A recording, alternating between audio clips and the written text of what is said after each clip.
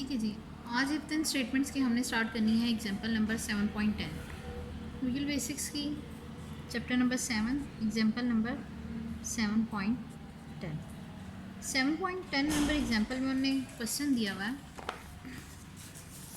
कहते हैं develop an application program that input salary, ठीक है, इफ़ द सैलरी इज़ 3000 और मोर। ठीक है, अब ये पहली कंडीशन यहीं से स्टार्ट हो रही है, साथ साथ मैं लिखती जाऊँगी।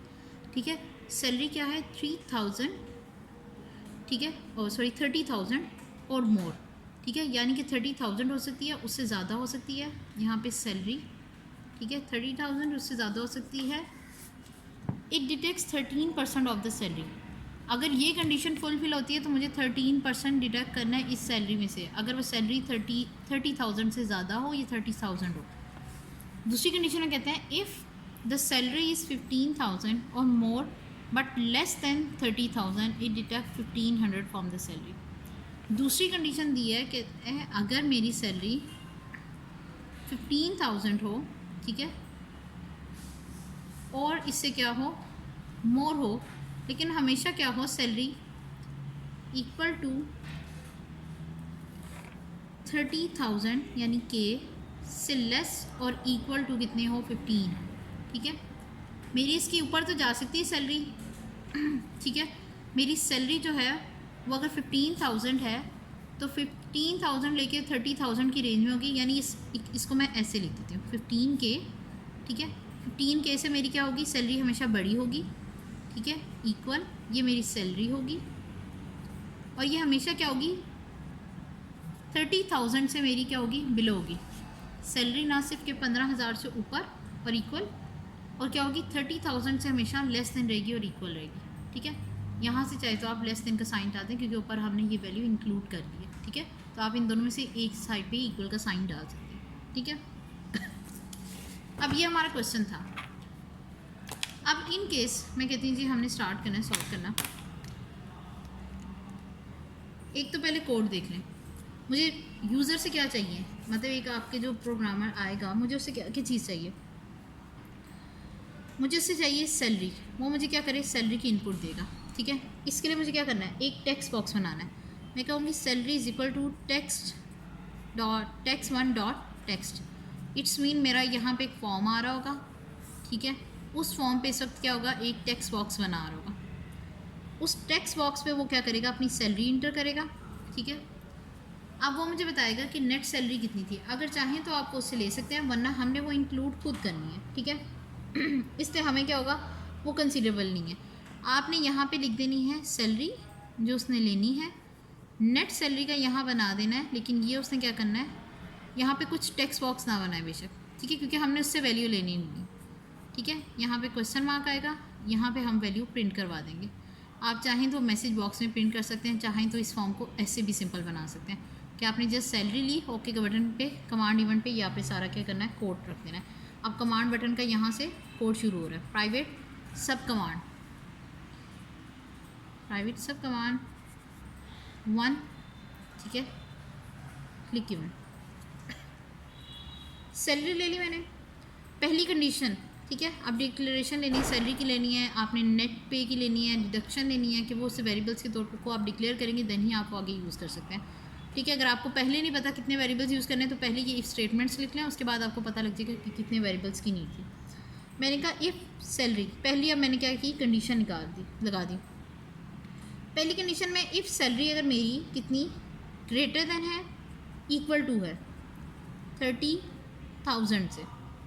ठीक है, अगर ये ग्रेटर देन इक्वल टू है देन क्या करो ये कोड की लाइन कीवर्ड्स आगे एज इट इज़। ठीक है, देन आपने क्या करना है डिडक्ट करना है। ये डिडक्ट हो गया जी कितना सैलरी, ये फार्मूला लिख रहे हैं सिंपल। ठीक है, मल्टीप्लाई का साइन 13 डिवाइडेड बाय 100, जितनी भी सैलरी आए उससे 13% क्या करना है डिडक्ट करना है। अब डिडक्ट करने के लिए मुझे क्या चाहिए अपनी सैलरी, निकलेगा क्या नेट सैलरी। अब मैं जो नेट सैलरी निकालने के लिए नॉर्मल अपनी जो सैलरी अवेलेबल थी जो उसने दी थी और डिडक्शन की अमाउंट लेनी है और इसके इक्वल में जो भी सैलरी होगी वो मेरी नेट सैलरी में आ जाएगी। ठीक है, ये मेरी एक इफ स्टेटमेंट थी। मेरी सैलरी 30,000 है या उससे ऊपर है, ठीक है, देन ये वाली इंप्लीमेंट होगी। कितनी कि मैंने 13% काटना है। 13% काटने का मैंने यहाँ फार्मूला लिखा है, 13% नहीं लिखा, ठीक है। नेट सैलरी निकालनी है। सिंपल सैलरी में से आपने जितनी अमाउंट माइनस करनी है वो माइनस करें, जो सैलरी बचेगी वो आपकी नेट सैलरी होगी। पहली इफ कंडीशन कंप्लीट होगी। अगर पहली इफ कंडीशन समझ आ गई, आपको दूसरी भी इजीली समझ आ जाएगी। मैंने कहा कि दूसरी कंडीशन है इफ़ सैलरी क्या है, ग्रेटर है और इक्वल है, ठीक है, किससे, 15,000 से, ठीक है। देन अब आप कहेंगे यहाँ पे ये जो दूसरी कंडीशन थी इक्वल टू 30 वाली, ठीक है, ये वाली कंडीशन क्यों नहीं लगाई, मतलब दो कंडीशंस आनी चाहिए थी कि मैंने कहा था कि वो क्या हो, ग्रेटर देन इक्वल टू 15 हो, लेकिन हमेशा लेस देन 30 रहे, ठीक है। वो बेसिकली हमने इसलिए नहीं लगाई क्योंकि अगर कोई सैलरी 30 तक हुई, ठीक है, या उससे ऊपर हुई, ठीक है, तो वो तो यहाँ पे ऑलरेडी पकड़ी जाएगी। मतलब फ़र्ज़ कर लेते हैं, अगर मेरे यहाँ पे आया है 30,000, कोई भी अमाउंट जो आ रही थी 30,000 आया था, 31,000 है, तो वो तो सारी इसी इफ़ कंडीशन में आ जाएगी। ये पहले एग्जीक्यूट हो जाएगी, ये कंडीशन पहले ही एग्जीक्यूट हो जाएगी। तो इट्स मीन यहाँ से जो नीचे आएंगी वो वही वाली वैल्यू आएंगी जो 29,000 में है, ठीक है। तो 29,000 वाली सब आएंगी। अब मुझे लोअर लिमिट सिर्फ देनी थी, अपर लिमिट देने की ज़रूरत नहीं थी। अपर लिमिट ऊपर डील होगी, तो मैंने सिर्फ लोअर लिमिट डाली कि सैलरी क्या करेगी, जब तक ग्रेटर देन इक्वल टू 15,000 रहे, देन आपने क्या करना है,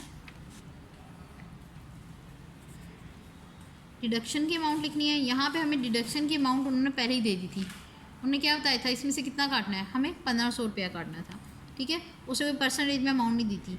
डिडक्शन हमारी कितनी थी, 1500 थी। मैंने यहाँ पे क्या करना है, आपका चाहे आप इसी अमाउंट को लिख दें, ठीक है, as it is, doesn't matter. Net pay का यहाँ पे आया net salary, net salary is equal to salary minus deduction amount, ठीक है। अब यहाँ पे क्या होगा, अगर कोई पे जो थी या कोई सैलरी किसी की आएगी वो 15,000 से इक्वल हुई या उससे ऊपर हुई, ठीक है, वो सारी यहाँ पे क्या होगी, इस वाले इफ़ स्टेटमेंट के अंदर आ जाएगी।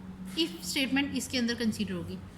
अब मेरी फ़र्ज़ कर लेते हैं, हम कहते हैं एग्जांपल कर लेते हैं। ब्लू पेन से मैं जो कर रही हूँ वो आपने पेपर पे नहीं लिखना, ये जस्ट आपके ड्राई रन के लिए होता है। लेड पेंसिल से आप यूज़ करके इसे कर सकते हो। मैं कह देती हूँ कि मेरी अमाउंट आई थी, यूज़र ने यहाँ अमाउंट डाली 35,000, 35,000, ठीक है। पहली बार में जो यूज़र ने अमाउंट डाली वो कितनी, 35,000 है। उसने कहा कि ये अब अगर इफ स्टेटमेंट में आए तो यहाँ पे ये स्टेटमेंट ट्रू होगी कि मेरे ग्रेटर दैन 30,000 है, ठीक है, ये मेरी इफ स्टेटमेंट ट्रू होगी। उसने क्या करना है, फिर डिडक्ट करे, कितना डिडक्शन करेगा, 13%। ये फार्मूला लिखा है, सैलरी उसने डाली 35,000, मैं इस फार्मूले में डालती हूँ। मैंने उसे कहा कि 35,000, ठीक है, 35,000 को मल्टीप्लाई कर दो 13 डिवाइड बाई 100। वही फार्मूला जो उसने यहाँ लिखा हुआ है वही फार्मूला मैंने यहाँ लिख दिया, ठीक है। अब मुझे क्या करना है, जस्ट इसका आंसर लेना है, ठीक है, इक्वल टू 4550, ठीक है। अब डिडक्शन में जो मैं पेन से लिख रही हूँ, ये ब्लू पेन से, ये आपका क्या है, जस्ट आपने माइंड में कैलकुलेट करना है, इन केस आप ड्राई रन करके चेक करना चाहते हो। अब ये इतनी आ गई 4550। यहाँ पे क्या हुआ, सैलरी कितनी थी, 35,000, 35,000, 4550, ठीक है। मैं यहाँ पे कहती हूँ 35,000 में से माइनस करो 450, ठीक है, कितनी अमाउंट आ गई, 30,450। यानी कि मेरी नेट सैलरी कितनी यहाँ पे आ रही है, मेरी नेट सैलरी यहाँ पे आ रही है 30,450, ठीक है। कितनी अमाउंट कर गई, लगभग मेरी 450 रुपया कट गया, ठीक है, ये 4,500 सॉरी कट गया, 30,000 में से 4,500 कट गया। मेरे पास अब टोटल अमाउंट जो बनी है वो कितनी बनी है, 30,000 बनी है, ठीक है, 4,000 और मेरा कितना 50 रुपीज़ कट गया। अब मेरी नेट सैलरी कितनी होगी, 30। यहाँ से प्रोग्राम क्या करेगा, यहाँ पे इफ़ देन इफ़ एल्स और एल्स है, ठीक है। इफ़ देन हो गया, एल्स इफ़ हो गया, ठीक है, और यहाँ पे एक और एल्स आएगा। इस स्टेटमेंट का नाम है इफ़ देन एल्स इफ़, ठीक है, जिसका हम प्रोग्राम करें वो इफ़ देन एल्स इफ़ है। यहाँ पे दो मैंने डील कर ली। अब मैं इसकी अमाउंट गिरा देती हूँ। मैं कहती हूँ मेरी जो सैलरी आई है वो कितनी अब आई है, यूज़र ने जो इनपुट दिया वो अब दी है 16,000 की। अब 16,000 वाली पेमेंट यहाँ पे आएगी फर्स्ट वाले इफ़ में, फर्स्ट वाले इफ में जब उसने कंडीशन वेरीफाई की तो 16,000 तो जाहिर बात है 30,000 से ऊपर नहीं थी, ठीक है ना, उसके इक्वल थी। दोनों कंडीशंस में ट्रू नहीं हुई, ठीक है। अगर दोनों ही बातें ट्रू नहीं हुई तो इट्स मीन ये इसके अंदर नहीं जाएगी, बल्कि क्या करेगी, यहीं से वो बाहर निकाल देगा और ये एल्स इफ में आ जाएगी। एक कंडीशन नहीं टेस्ट हुई, वो अब दूसरी टेस्ट करेगा।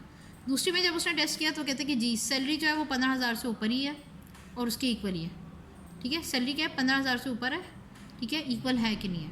एक कंडीशन ट्रू होगी, वो इसके अंदर आ जाएगा। उसने कहा डिडक्शन है इधर 1,500 रुपये की, मैं सैलरी लिखूँगी कितनी, 16,000, डिडक्शन कितनी होगी 1,500 की,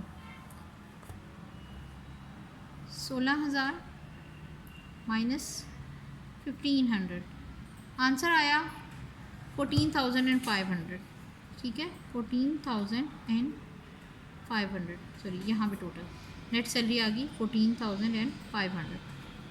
नेट सैलरी ऊपर वाले की जिसकी 35 थी वो 13%, चाहे उससे टैक्स समझ लें जो भी समझ लें अपनी कंसिडरेशन के लिए, उसकी बची थी, कितनी बची थी 30,450। इसकी कितनी बची है, इसकी बची है 14,500। अब एक और सिचुएशन करते हैं, क्योंकि ये जो यूज़र वैल्यू डाल रही है ये हम पे डिपेंड नहीं कर सकती हैं ना, हम इन्हें एस्टिमेट कर सकते हैं। यूज़र जो आएगा बाहर से वो कोई भी वैल्यू डाल सकता है। फ़र्ज़ कर लेते हैं उसने जो वैल्यू डाली है वो कितनी थी 9,000। अब वो 9,000 रुपया डाल के गया कि उसकी सैलरी 9,000 रुपया है। पहली स्टेटमेंट पे आए, पहली स्टेटमेंट चेक की, वो तो आपकी क्या थी, ट्रू होती ही नहीं है, क्योंकि ना वो 30,000 से ज़्यादा था ना वो उसके इक्वल था। इट्स मीन ये वाली कंडीशन नहीं चलेगी। वो क्या करेगा, इधर से नीचे आएगा एलसीएफ पे। अब एलसीएफ पे ऊपर नीचे आया है तो नीचे देखा उसने क्या कि वो सैलरी 15,000 से ज़्यादा ही उसके इक्वल है, नो, वो इसको भी क्रॉस कर देगा। अब इस चीज़ को हमने टैकल ऐसे करना है कि हमने लास्ट पे एक एल्स देना है। वो डील करेगा कि अगर इन दो अमाउंट से बाहर से कोई आ जाए पे, लाइक आपने कह दिया कि यहाँ पे एल्स की कंडीशन में क्या कौन सी पे आ सकती है, जो 15,000 से कम होगी। अब 15,000 से जो भी कम पे आएगी वो यहाँ पे आएगी। एल्स में आपने सिर्फ लिख देना है नेट पे, नेट पे जो हम ऊपर कैलकुलेट कर रहे थे, ठीक है, नेट पे या नेट सैलरी वटएवर, इसे आप सैलरी लिख लें ऊपर नीचे जैसे, ठीक है, नेट सैलरी लिख लें। अब इसकी नेट सैलरी कितनी है जी, इज इक्वल टू उसकी सैलरी, क्योंकि उस पर टैक्स लगा ही नहीं, हमने उसमें टैक्स माइनस करना ही नहीं। जैसे यहाँ 13% था, यहाँ 1,500 रुपये था, वो कटिंग होनी ही नहीं। जितनी वो सैलरी दे रहा है अगर उसकी 15,000 से क्या है नीचे नीचे ही है तो हमने क्या करना है, जितनी नेट सैलरी वो बता रहा है बेसिकली उतनी ही उसकी क्या है सैलरी है, उसमें कोई डिडक्शन नहीं है ना उससे कोई प्रॉब्लम है। तो ये एल्स में आ गया, ठीक है।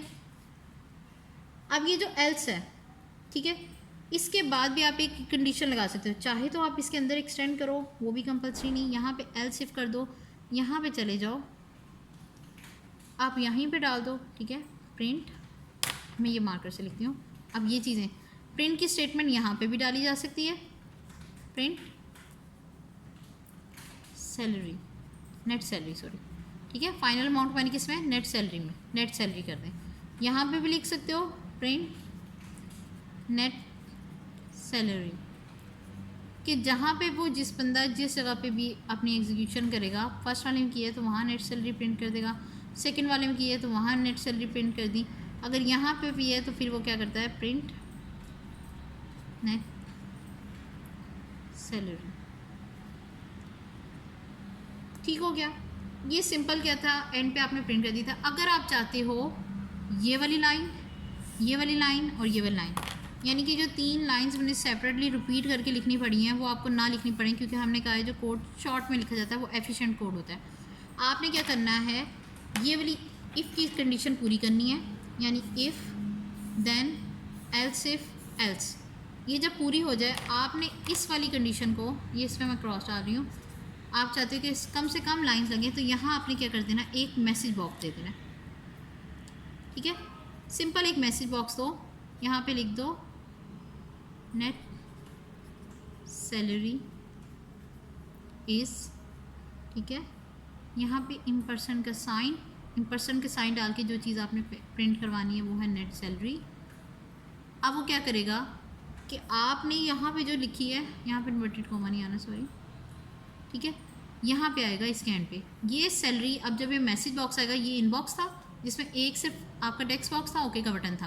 अब जो दूसरा आएगा तो उसमें ये चीज़ ऐसे बनी हुई होगी, आपका एक मैसेज बॉक्स आएगा, उधर लिखा होगा नेट सैलरी, आपकी यहाँ पे सैलरी लिखी हुई होगी, ठीक है, और उसके बाद नीचे क्या होगा, ओके का बटन होगा, ओके।